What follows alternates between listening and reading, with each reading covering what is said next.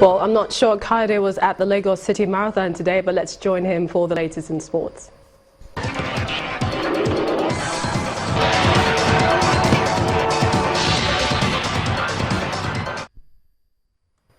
Well, your guess was right. I wasn't, but I can give you all the major happenings there. Abraham Kiptum of Kenya has emerged champion of the 2017 Lagos City Marathon for the second time.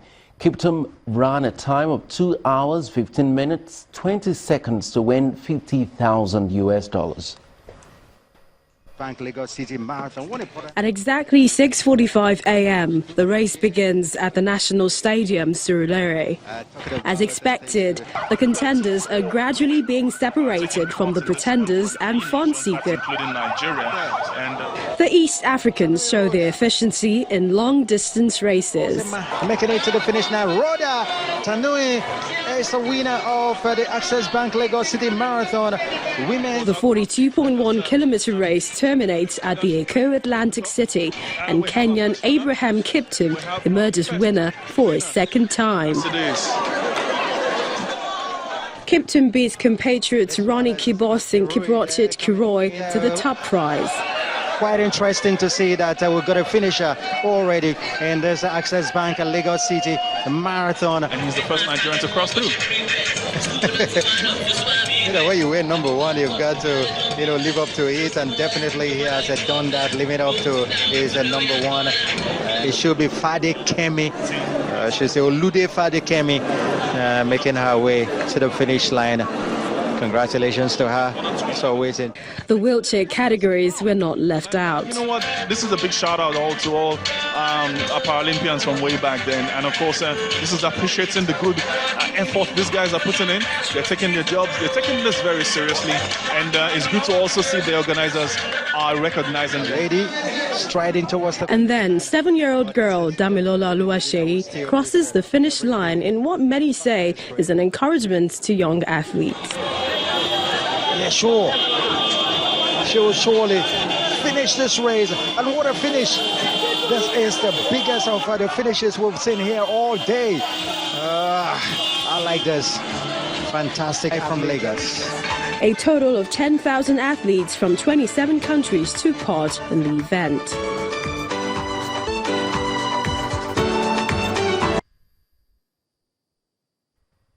It's been a day at the Lagos Marathon, but moving on now, Nigeria's representative in this year's CAF Champions League, Rivers United, got off to a good start after playing a goalless draw with AS Bamako of Mali in the first leg of the qualifying round. Rivers United fought gallantly against their more illustrious opponents, who were cheered on by their boisterous fans in Bamako. Both sides had few chances in the keenly contested encounter. The return leg will be played next week at the Yakubu Gowon Stadium in Port Harcourt. A brace from Chilean striker Alexis Sanchez eased the pressure on Arsenal as the Gunners beat Hull City 2-1 in the English Premier League early kick-off. Goals from Juan Mata and Anthony Martial gave Manchester United a 2-0 victory over Watford, while Middlesbrough and Everton had to settle for a goalless draw at the Riverside Stadium. Elsewhere, Stoke City held on to Joe Allen's 67th minute goal to beat Crystal Palace 1-0. Southampton also hammered relegation-threatened Sunderland 4-0 at the Stadium of Light, while Johnny Evans' last-minute equaliser ensured that West Brom had a share of the spoils, forcing West Ham to a 2-2 draw at the Olympic Stadium. Liverpool also defeated Tottenham 2-0 at Anfield in the last game of the day. Back to athletics. Jamaica's Usain Bolt fired his team of international all-stars to victory in the inaugural Nitro Athletics Series in Melbourne. Having run in only the relays in the opening 2 installments of the 3-night series, Bolt also took his first individual run of the year, burning away from a modest field for an easy win in the 150-meter sprint. He ended the event with a dominant win in the 4x100 meters relay to edge host Australia in the final standings. The All-Stars finished the team-based meeting with 3,040 points, edging Australia by 77 points, with the 32-year-old playing a key role as both his team's linchpin and the event's chief entertainment officer.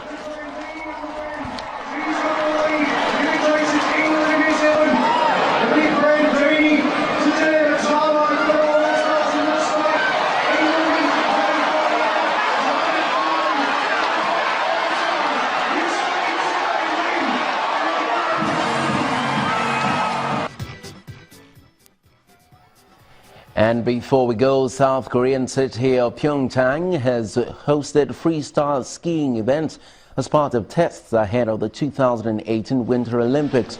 The build-up to the Games has been anything but smooth, with organizers forced to overcome initial reluctance from corporate sponsors as well as a political influence peddling scandal that threatens to taint the Games. Pyeongchang has waited a long time to host the Winter Olympics, suffering two failed bids before securing success with the 2018 Games.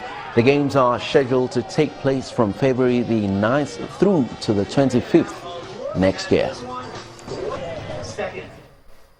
And that's all on sports news. The rest of the news continues with Millicent in just a moment. Stay with us.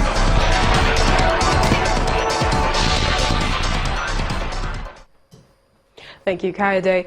At least 70,000 people in the Greek city of Thessaloniki are being evacuated so that a 500 lb World War II bomb can be defused, officials say. It is thought to be one of the largest wartime bombs to be found in urban Greece, in addition to being one of the largest mass evacuations. The bomb was discovered during roadworks last week and is due to be disposed of on Sunday. Officials say it is too degraded to tell if it is German or an Allied bomb. Residents within a radius of about 2 kilometers of the bomb will be compelled to evacuate the area between now and Sunday morning. India's Prime Minister, Mr. Narendra Modi, faces his biggest electoral test since gaining power as the country's most populous state, Uttar Pradesh, goes to the polls. Mr. Modi took the northern state, which is home to over 200 people, when he won the 2014 national election. Eligible Indian voters in their numbers on the queue in Uttar Pradesh, armed with the only tool they have to express themselves, the voter's card. Every one of them eager for a change, the young, the old, the elderly and even the physically challenged. Voters are showing growing impatience with Prime Minister Narendra Modi's failure to deliver on his campaign promises on development and creation of job opportunities for the youths. This is Prime Minister Modi's biggest electoral test since assuming office. His recent ban on high-value banknotes, the 500 and 1,000 rupees, which crippled businesses, have come under criticism. President Modi, in defense, says he made the decision in the interest of the poor. I have voted for the development of our area. The right man should come and work on the development of this area. We are not sure about the other end, but at our end, there has been no development in the last 5 years. There has been in western Uttar Pradesh. All of it has taken place in the east. Our roads, water and other services are as they were before. It is believed that the Uttar Pradesh state election will reveal a midterm verdict on Modi and his Bharatiya party, the BJP. The voting, which is taking place in 7 stages between Saturday, February the 11th and March the 8th, with results expected on March the 11th, is one election President Narendra Modi will not want to lose. Only a win will strengthen his chances of a second term in 2019. And the main news again. Federal government today said that over 100 Nigerians have been killed in South Africa in the last 2 years and demands an end to the extrajudicial executions of the citizens by the South African police. And that's the news at 10 tonight. Many thanks for being a part of it. I'm Millicent Walker. Good night.